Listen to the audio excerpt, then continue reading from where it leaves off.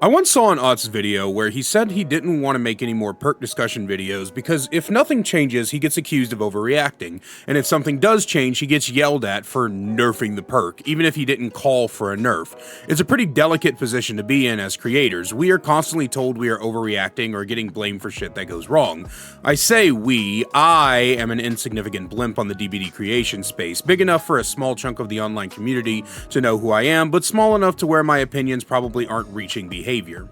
That being said, I bring this up because today's video is going to be one of those times where I criticize behavior, and it's pretty bad. I like giving credit where credit is due, and behavior does do good work, but if there's one thing behavior is terrible at, it's map design. There are several issues I have with maps in this game, but let's start with one positive. 99.9% of the time, behavior kills it with aesthetic design. While I wish for older graphics in a bygone era of the game I never got to play, if only because the old graphical style was more atmospheric, I do love watching older videos and witnessing a true-to-form horror game with dark corners and creepy mist and the like. But that's not to say the new style is bad in any way. It still has its character and charm. I just liked the unpolished look a lot better. That being said, even within the new style, the maps feel, for a lack of a better word, real. They feel lived in, and much of the details are pretty fucking good. There's a lot of thematic prowess to the map design, where behavior will do things like create loops from hospital beds and trash on Lyres, or the many bodies on the Borgo realm, and much more. The new map, Forgotten Ruins, has a lot of attention to detail thematically that makes the D&D nerd in me gain a +3 erection of nerd bonage, and the dungeons are incredibly beautiful. That's not to say behavior always nails everything. Speaking of Forgotten Ruins, the Borgo realm is kind of shit when it comes to lighting. This is actually a very common problem with behavior maps. Thematically and art-wise, maps often slap. But does anyone remember Old Borgo? I would hope so. It got updated less than a month ago, but Old Borgo was a severe eye bleed. The red color scheme made important things blend together too harshly. The scratch marks and the blood pools often blended in with the environment in a way that you could never possibly be able to track them. The lighting on the Cockwind set of maps makes reading auras of survivors near impossible at times, and now the reworked Borgo is too fucking dark to where the only things you can really see are the scratch marks. I don't know what it is with behavior and making maps either so dark you might as well be watching any action movie made from 2015 onward, or so eye-meltingly bright you could point your monitor out your bedroom window at 2 AM and turn night into day. And while I do love behavior's visual designs, I feel like there isn't a lot of variety among them either. There are roughly 48 maps in the game, and around half of them belong to just 4 realms: Bitchham Preschool, Cockwind Farm, Booty Wrecker's Yard, and McMillan's Prostate make up a good chunk of the map pool, and I can't figure out why. A while back, behavior had some sort of stroke and randomly decided every McMillan's map needed a second variant for legitimately no reason. Bitchham has 5 maps, and they are all practically the same, the only difference being which side of the school the buildings spawn on, which is negligible at best. But this severe lack of variety means you can feel yourself ending up on the same maps over and over again. Even if they technically aren't the same map for the purposes of map prevention, they feel like it. And when I end up in a rotation of Cold Tower 1, Suffo Pit 2, Badham 3, Badham 5, Cold Tower 2, Gas Haven, Azerov's Resting Place, Blood Lodge, etc., I start to haze over and check out completely. It's so much repetition that happens purely by how oversaturated some realms tend to be.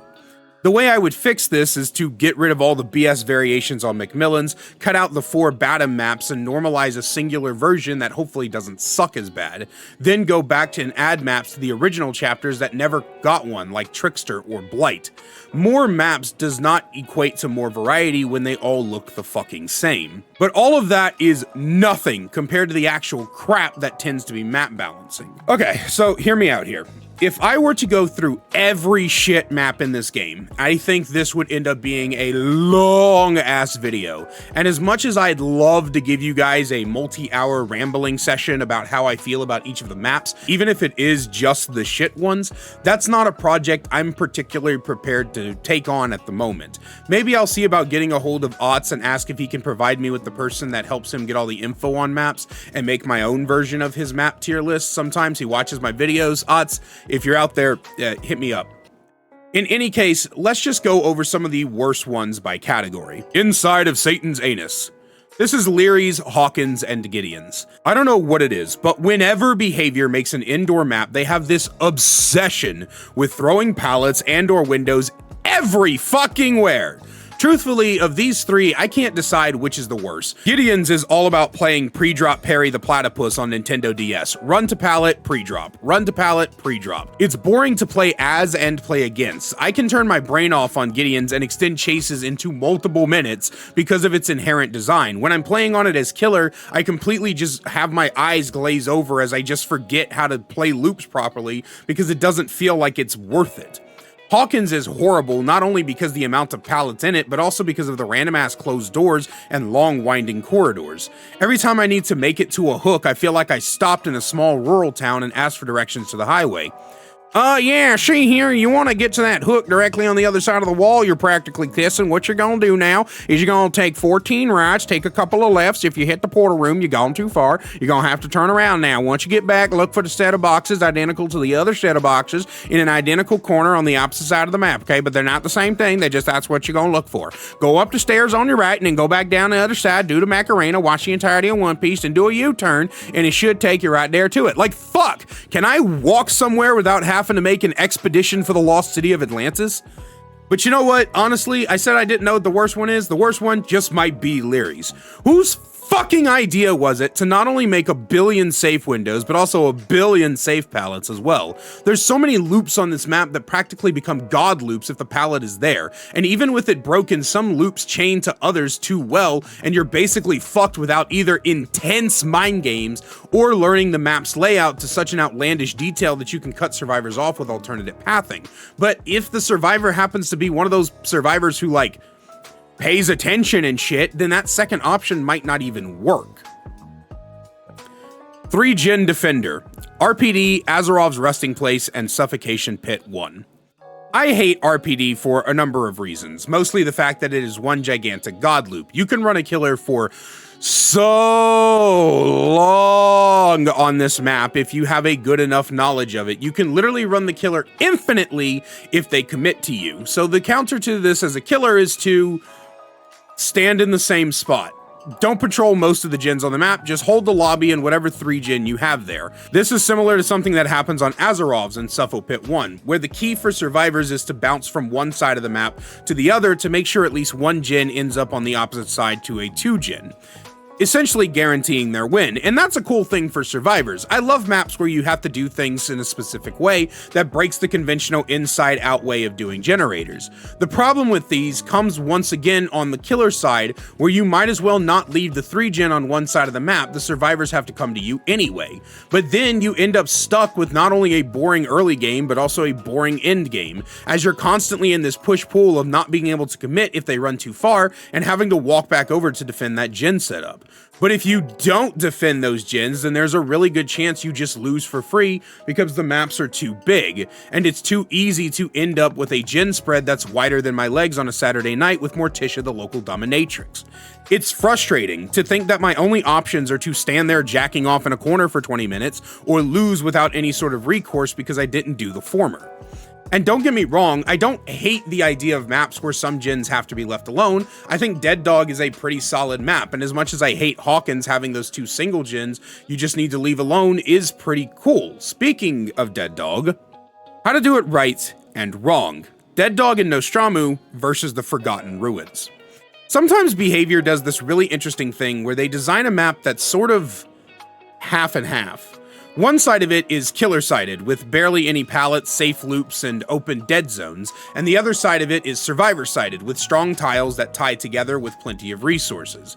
Dead Dog has this dynamic where a portion of the map is unsafe, but townside, main, and shack are all extremely strong and waste loads of time of the killer. Nostromo is a bit more straightforward, with the back of the map being unsafe and the area around main building being incredibly strong.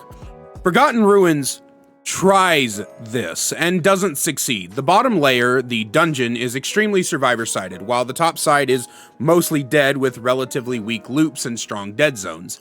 Outside of Shack, you really don't have anything up there. The reason this is bad compared to other maps is because of gen spread. On both Nostromo and Dead Dog, there is a possibility you can complete all 5 gens by carefully playing the strong areas and creating spread along the killer-sided areas that makes it harder for the killer to patrol effectively.